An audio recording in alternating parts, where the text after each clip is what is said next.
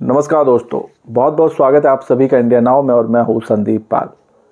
बिहार की सियासत में एक बार फिर से उथल पुथल मची हुई है और जो बीजेपी के नेता हैं उनके बयानों से चर्चा का बाजार गर्म हो गया है। और बयान भी ऐसे जो नीतीश कुमार की कुर्सी को हिलाने में लगे हुए हैं, जिसके बाद से अब कयास लगाए जाने लगे हैं कि क्या बिहार चुनाव से पहले ही नीतीश कुमार पाला बदल सकते हैं दोबारा।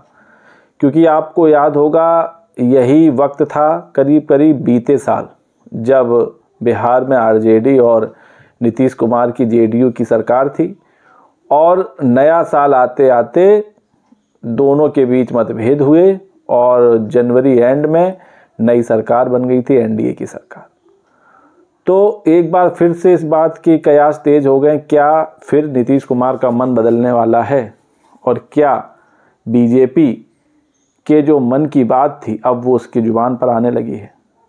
ये सवाल इसलिए क्योंकि हाल ही में जो बिहार के डिप्टी सीएम हैं विजय सिन्हा, उन्होंने एक ऐसा बयान दिया जिसके बाद उनको अपने ही बयान पर सफाई देनी पड़ गई। दरअसल 25 दिसंबर को पूर्व प्रधानमंत्री अटल बिहारी वाजपेयी जी की जयंती थी। उस मौके पर एक कार्यक्रम था। इस मौके पर विजय सिन्हा ने कहा कि अटल बिहारी वाजपेयी जी को सच्ची श्रद्धांजलि यही होगी जब बिहार में बीजेपी का मुख्यमंत्री बनेगा। तो उन्होंने बता दिया कि बिहार में बीजेपी का मुख्यमंत्री बनना चाहिए। और जब ये बयान मीडिया में आया, सुर्खियों में आया, तो फिर इस पे तमाम तरह की बयानबाजी तेज हो गई, जिसके बाद डिप्टी सीएम ने सफाई देते हुए कहा कि नीतीश कुमार अटल जी के सबसे चहेते नेता थे। बिहार में अटल बिहारी वाजपेयी के सपनों के अनुरूप एनडीए की सरकार है और आगे भी नीतीश कुमार के नेतृत्व में एनडीए की सरकार बनी रहेगी। विपक्ष भ्रम फैलाने की कोशिश कर रहा है।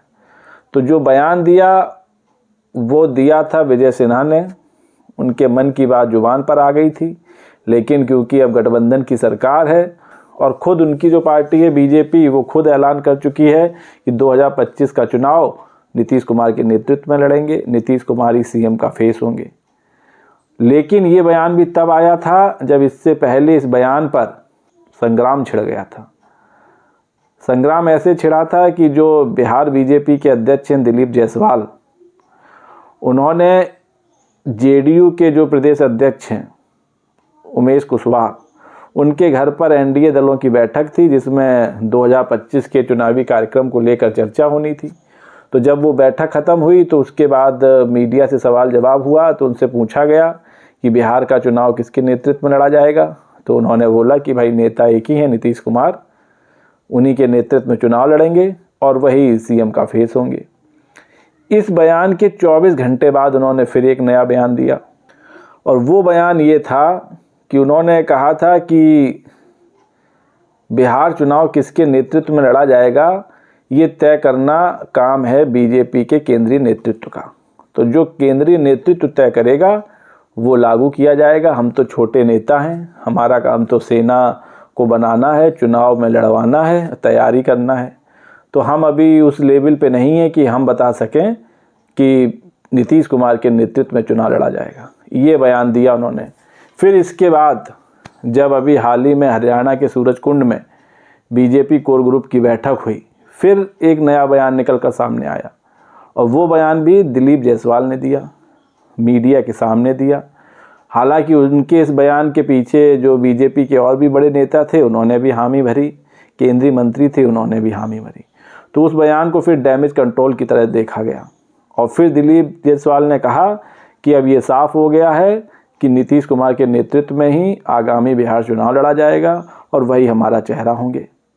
जिसके बाद जो केंद्रीय मंत्री हैं गिरिराज सिंह, उन्होंने भी यही बात दोहराई और भी जो बीजेपी के दिग्गज नेता हैं, बिहार बीजेपी के बड़े नेता, उन्होंने भी एक सुर में बोला कि नीतीश कुमार के नेतृत्व में ही चुनाव लड़ा जाएगा। ये तो बात थी बयानबाजी की। लेकिन वहीं दूसरी तरफ इन दिनों नीतीश कुमार प्रगति यात्रा पर निकले हुए और इस प्रगति यात्रा में सिर्फ जेडीयू का ही काफिला दिख रहा है। एनडीए के जो और दल हैं और सहयोगी दल हैं वो इस यात्रा में कहीं भी नज़र नहीं आ रहे हैं। फिर चाहे बीजेपी का कोई प्रतिनिधि दल हो या कहें चिराग पासवान की पार्टी का हो, मांझी की पार्टी का हो, कोई नज़र नहीं आ रहा। इक्का दुक्का मंत्री जरूर हो, वो बात अलग है।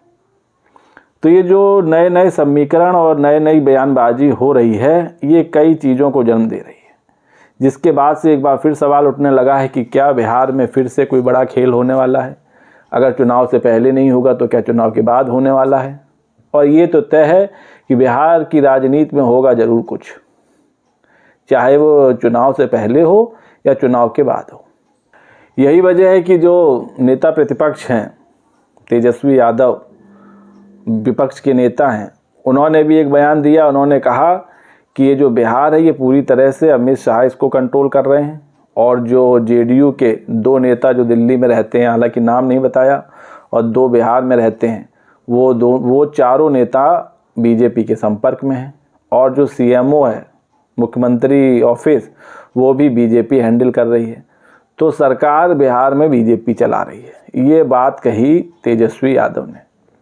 और अभी हाल ही में जब अमित शाह ने राज्यसभा में संविधान की चर्चा के दौरान जो एक बयान दिया था, जिस पे काफ़ी हो हंगामा हुआ बाबा साहब अम्बेडकर को लेकर, उस मामले पर भी केजरीवाल ने चिट्ठी लिखी है।